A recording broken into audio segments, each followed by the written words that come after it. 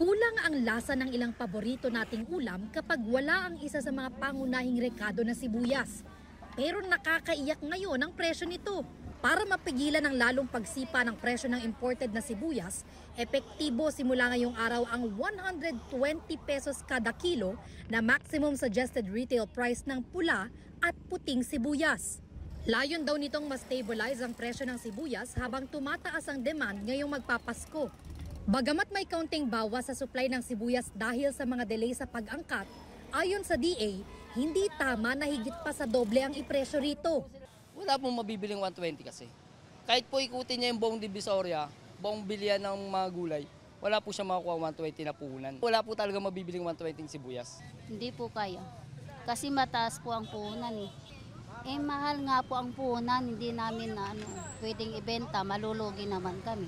Walang kita. Pati ang ilang mamimili, duda raw na may papatupad ang MSRP. Kahit may SRP po, hindi naman po sila sumusunod. Kailangan pong tiisin na lang ho. Hindi na yung normal na marami yung ginagamit sa pagluluto. Nagbabawas na lang ho kami.